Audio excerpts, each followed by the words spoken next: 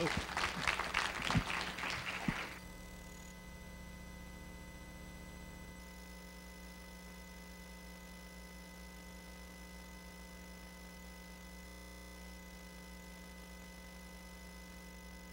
we dim the lights? Hi, good afternoon. Thanks for hanging around for the second part of TEDx NCSU. Thinking today about what really matters, and want to share with you a kind of a personal story of how I got involved in something that I think really matters, and that is solving the period problem together. And probably the first talk that you've heard on menstruation since you were in 4th grade, and they separated the boys and the girls, and the girls went to a room by themselves and they watched this movie by Walt Disney in 1946 that starts with this beautiful baby smiling. How many people know what I'm talking about? Did you see that movie? Yes, yes, you saw that movie. So yes, you're seeing red, right? So here at NC State, red is our color of power and accomplishment and innovation. But for half the population of the world, red has a different connotation. And that is, it's associated with menstruation and your period. And because it's so important or difficult for us to say the word period or menstruation, now I've said it several times, so you're getting used to it. We've come up with all sorts of clever euphemisms for it. But for most of us women, we spend basically 1 week out of a month trying to pretend that nothing is going on down there. It's very hush-hush, very quiet. We don't talk about it. It's taboo. And there's started to be actually a backlash against this taboo. Would you run the video, please? Kotex has come up with a new campaign called Break the Cycle. And I'll just show you a short clip of the response here, what we're dealing with. The whole thing where they go, like where they're gonna, you know what I mean? Like end. To the beginning. Sorry. That's okay. Please. Why don't I just... So, yeah, if you start it. Excuse me, sir, do you have a sec? I was just wondering, I don't have a lock for my bike. Could you run into the store and grab me some tampons? Wait, you're serious? Dead serious. Hi, I need tampons. What? Actually, I'd rather watch the bike. Why? Because I don't know the first thing about buying that stuff. What stuff? What do you have to get? You can't say tampons? Yeah, it's like the whole thing where they go, like where they're gonna, you know what I mean? Like I don't know you.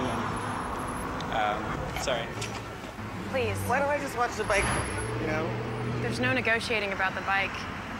Could you go get me some tampons? Just run to the store real quick? Gosh, can I buy toilet paper? No! Tampons. Okay, so you get the idea. For period. So here for us, okay. So it's taboo, we don't want to talk about it. And here for us in the United States, having your period is an inconvenience. And again, you try to, work your way through the week, go to school, go to your classes, do your job, etc., without calling any attention to yourself and the dreaded falling out of your pocket and rolling down the hall. But for the rest of the world, in the developing world, the consequences or the impact of this taboo, this inability to address or even talk about it, is very, very serious. I only recently became aware that the UN estimates that in the developing world, women miss on average 30 days of work or 30 days of school. This is for girls who start menstruating at age 10, 11, 12, 13. And they're missing work, and the reason is because they have access to sanitary pads. It's unbelievable to me that such a simple implement, a sanitary pad, is not really readily available. And even in regions where girls do have access to sanitary pads in the developing world, the cost is prohibitive. So for instance, in Rwanda, where women and girls miss an average of 45 days a year, the cost of a box of 10 sanitary napkins is about $1.10.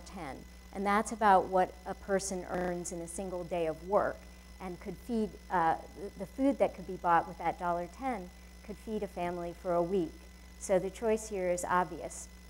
In Asia, where women use rags as, for sanitary purposes, they have to wash the rags. So as you might imagine, if this is what your toilet looks like in your school or in your town, or what you have access to, girls who go to school might have to actually take a bucket with them to this type of latrine every 4 hours, go to the latrine carrying their bucket of water in front of all their classmates with their dirty rags, and then do something with the dirty rags after they wash them.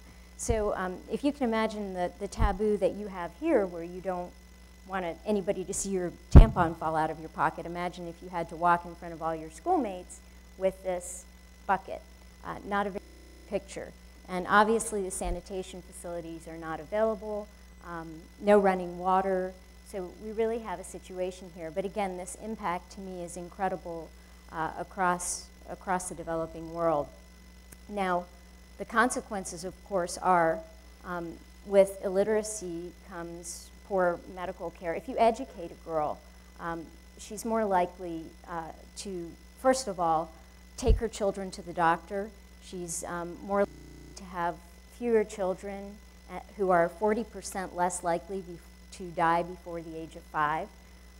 She's going to provide better care for herself, for her family, be less likely to become infected with HIV. If you educate a girl, she'll earn 25% more, and she'll reinvest 90% of that back into her family. So again, you know, the consequences here of not having access to sanitary pads are that girls don't go to school, and they tend to drop out of school. So really saving, you know, helping girls with this problem and helping women with this problem is going to have a major impact.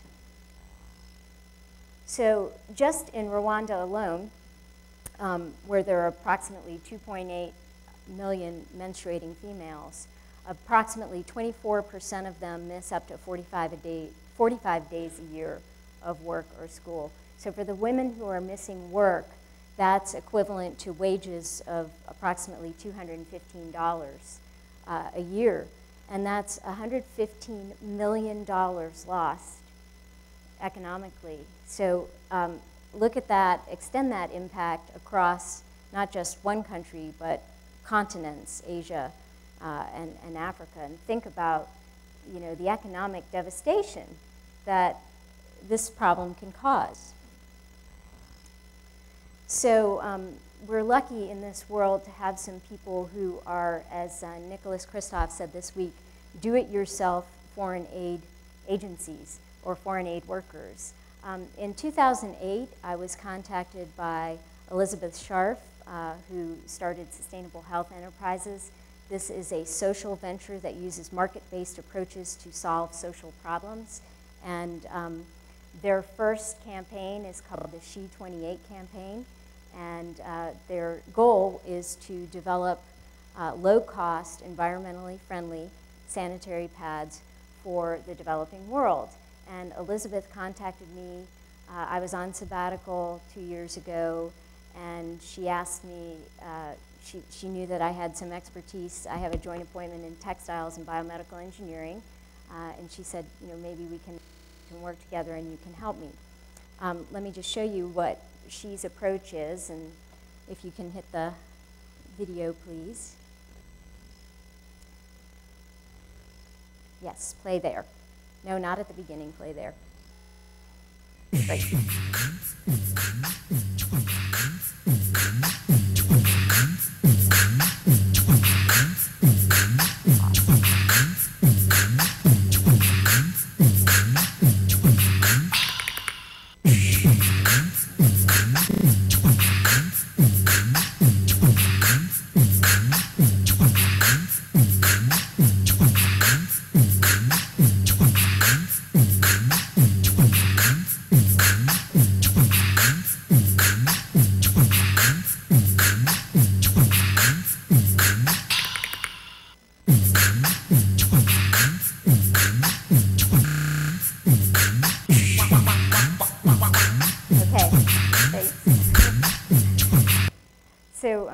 Elizabeth was working at the World Bank several years ago while she was finishing her MBA at Harvard. She was working in Mozambique, and she became aware of this problem. I also saw girls using alternative materials, not just rags, but tree bark, shredded newspaper, etc. The girls don't properly wash these materials. There's infections, etc. And she was really moved to do something. So she started the Sustainable Health Enterprises venture, and she's focusing on Rwanda first because she feels there's an opportunity really to make it there, because if women had access and girls had access to sanitary pads, there are schools, they would go to schools, they would have jobs.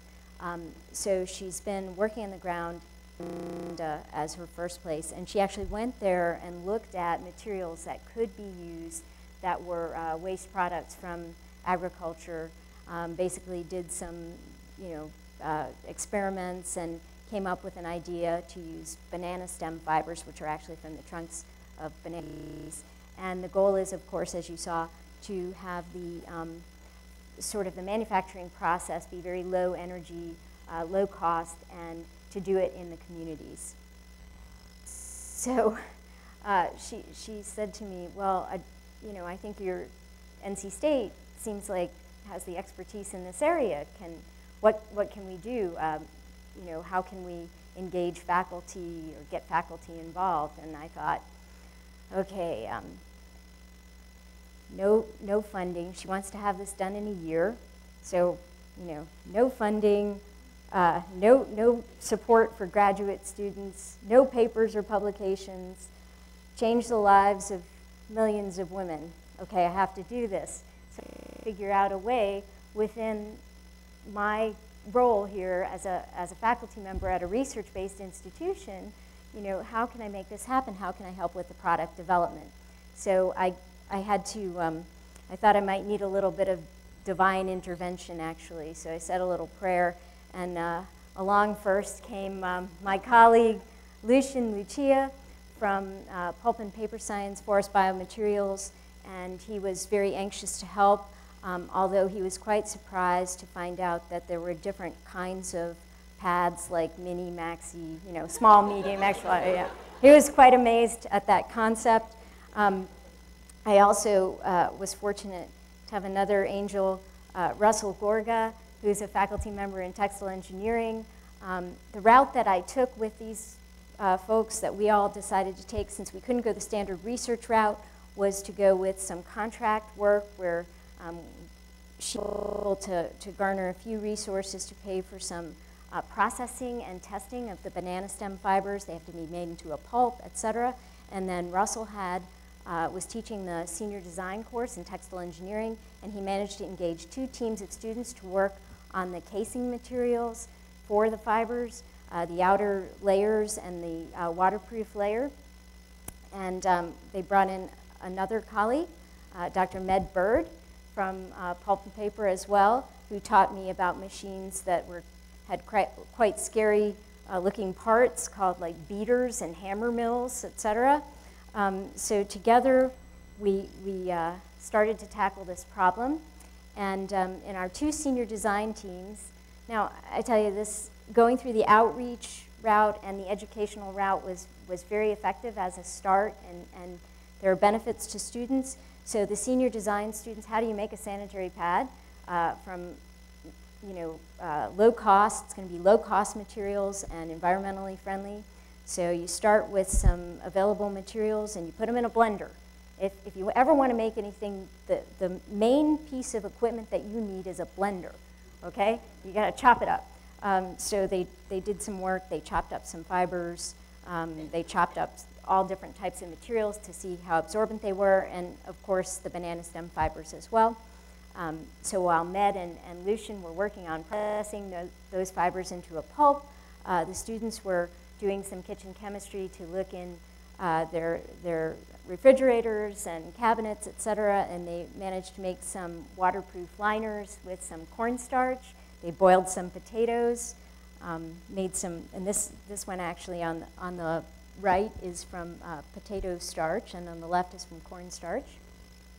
They also buried some materials.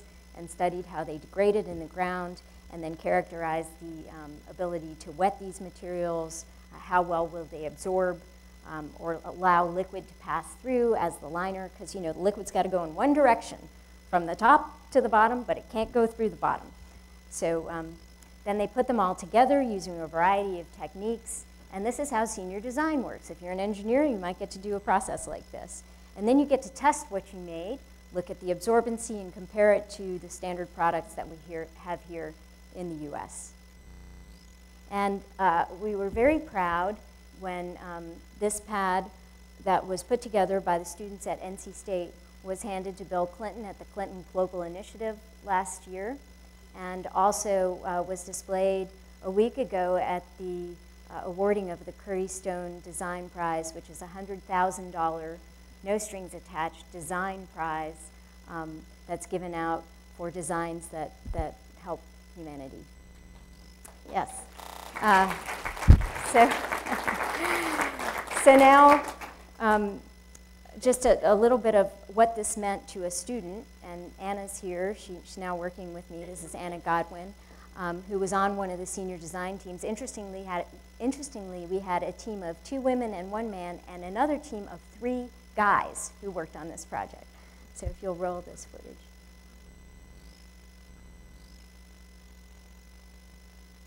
Working on the eco-friendly sanitary pad project really made me realize how much I take for granted living in the United States as a woman. I realized that I'm able to go to school while I'm on my period. I'm able to buy products, and not only one type of product, but several different types to meet my need, and just function as a member of society without it being an issue.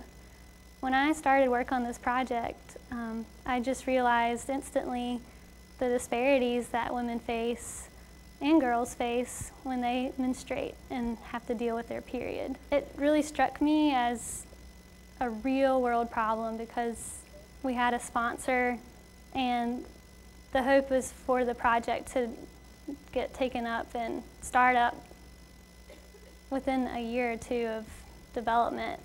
And so the situation really pushed myself and my teammates to focus on this project as it were, a real world problem.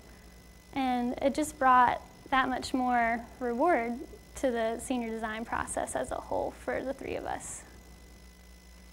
So, so I have a vision. I'm wrapping it up here. As I said, when I was first thinking of taking this project on, there's a bit of a disconnect. How do we make these types of product development challenges, problem-solving things happen here outside of the standard research contract?